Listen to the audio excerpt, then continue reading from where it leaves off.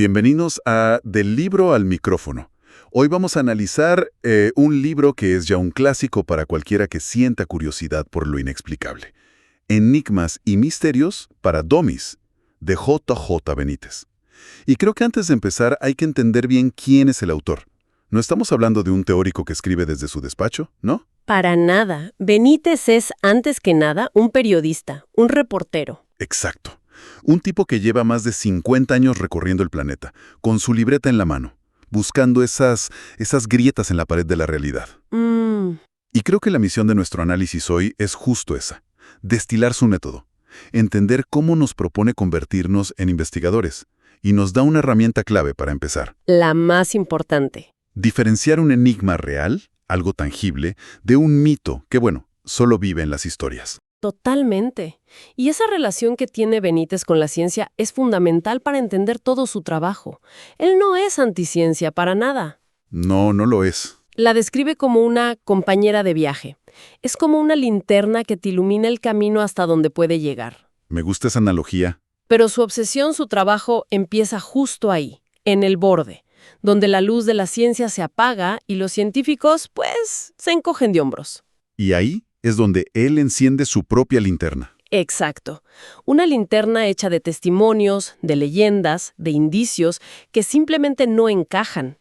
Por eso este libro no es una enciclopedia de respuestas. No, es más bien un manual. Es un manual de instrucciones para aprender a hacer preguntas incómodas y sobre todo para aprender a mirar el mundo con otros ojos. De acuerdo.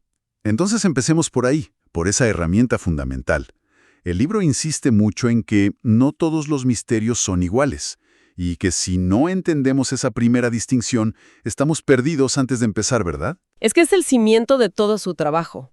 Lo divide en dos categorías muy claras. Primero, el enigma. Ajá. Un enigma para Benítez es un fenómeno que tiene una base física. Algo que puedes tocar, medir, analizar. El ejemplo que él considera el más perfecto es la sábana santa de Turín, la síndrome. Claro. Te puede gustar o no la explicación religiosa, eso da igual. El objeto está ahí, es un trozo de lino. Y tiene una imagen corporal tridimensional que la ciencia, a día de hoy, no ha podido replicar. O sea, la clave es que hay un cuerpo del delito, por así decirlo. Exacto. Algo que puedes poner bajo un microscopio, aunque los resultados te dejen con más preguntas que respuestas. Justo eso. La ciencia dijo que era medieval por el carbono 14, ¿cierto? Sí, recuerdo eso. Pero luego otros estudios han cuestionado esa datación. Pero más allá de la fecha, nadie ha podido responder cómo se formó la imagen. Nadie. Ese es un enigma puro. Entendido. Y lo mismo aplicaría, según él, al Yeti o al monstruo del lago Ness. No tenemos el cuerpo, claro, pero hay indicios físicos. Pistas. Pistas, huellas en la nieve con patrones rarísimos, testimonios de gente sin conexión entre sí durante décadas, lecturas de sonar anómalas. Hay un hilo físico del que puedes tirar. Entendido. ¿Y en la otra esquina del cuadrilátero, qué tenemos? En la otra esquina está el mito. Un mito es una construcción puramente cultural, una historia, una leyenda maravillosa, pero sin un anclaje físico real. Dame un ejemplo. El ejemplo perfecto que usa Benítez es el Santo Grial. Claro. Hay bibliotecas enteras sobre su búsqueda, sobre sus supuestos poderes, pero no hay un solo objeto que podamos señalar y decir, analicemos esto. No hay un testimonio creíble de primera mano. Nada. Solo cuentos que se van adornando con cada generación. Es la búsqueda de una idea, no de un artefacto. Como buscar la mesa redonda del rey Arturo. Benítez cuenta con mucha ironía que lo único que hay en el castillo de Winchester es una mesa de madera hecha siglos después para los turistas. Justo.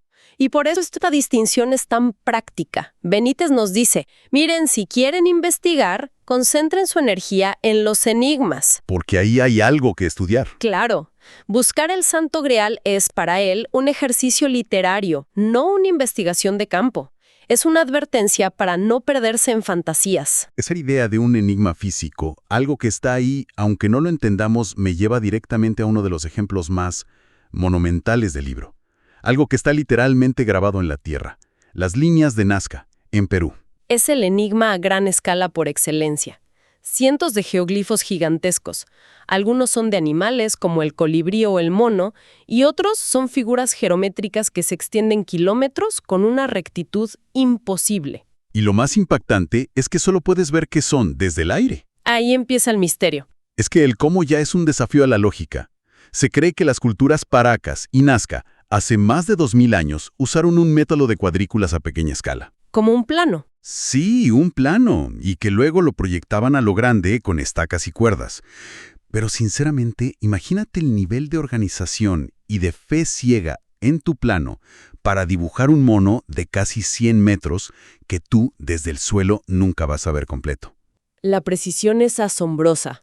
Pero, como siempre en estos casos, el cómo es solo el aperitivo. El verdadero enigma es el para qué. Claro. Las teorías ortodoxas que el libro menciona hablan de un calendario astronómico gigante, de rituales de agua. Pero Benítez, fiel a su método, le da un peso enorme a la tradición oral, a lo que cuentan los descendientes de la gente de allí. Claro, porque se pregunta, ¿y si les preguntamos a ellos?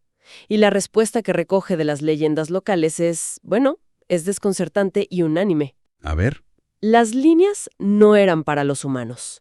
Eran señales, mensajes, quizás, pistas de aterrizaje para los viracochas. Los dioses. Unos dioses, según la mitología andina, de piel blanca, barbudos, que llegaron de los cielos, enseñaron a los humanos y luego se marcharon prometiendo volver. Ok, aquí es donde un arqueólogo convencional, digamos, se llevaría las manos a la cabeza. Totalmente. Saltar de unas figuras en el suelo a pistas de aterrizaje para dioses astronautas es una conclusión enorme. ¿Cómo defiende Benítez darle más validez a una leyenda que a una teoría astronómica? Él argumenta que las teorías astronómicas tampoco cuadran del todo. No todas las líneas apuntan a estrellas o a eventos clave. O sea, tienen huecos. Tienen huecos. Entonces, él ve la leyenda no como una fantasía, sino como un recuerdo distorsionado. Una crónica de un suceso real que con el paso de los siglos se convirtió en mito. Para Benítez, la explicación más sencilla, aunque parezca la más loca, es que la gente de Nazca dibujó esas señales para que las viera alguien que podía volar. Y no es un caso aislado, ¿no? No, para nada. Nos recuerda que Nazca no es el único lugar. Menciona la Nazca olvidada de Palpa, con figuras humanoides, o el gigante de Atacama en Chile. El patrón para él es global. Y esta hipótesis de visitantes o dioses que trajeron conocimiento nos lleva a uno de los casos más alucinantes del libro, uno que desafía por completo nuestra idea de la historia. El del pueblo Dogon, de Mali. Este caso es probablemente el pilar central de la teoría de los antiguos astronautas. Estamos hablando de una tribu en África Occidental que ha vivido relativamente aislada. Y que posee desde hace siglos un conocimiento astronómico que, en teoría, es imposible que tuviera. Desglosémoslo, porque de verdad que los detalles son increíbles. Su cosmogonía, que se transmite oralmente de generación en generación, se centra en el sistema estelar de Sirio. Pero no solo hablan de Sirio, la estrella brillante que todos vemos. Hablan de su compañera, Sirio B. Ok.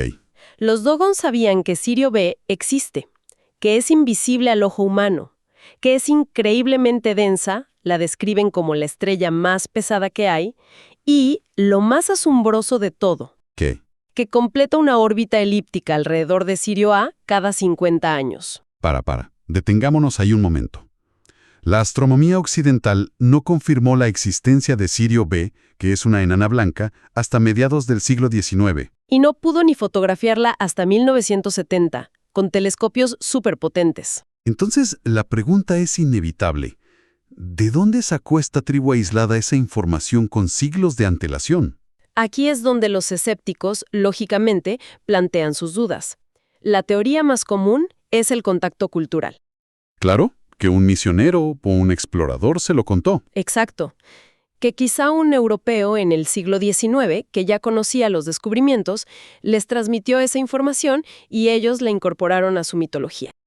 Tiene sentido. Sería la explicación más racional.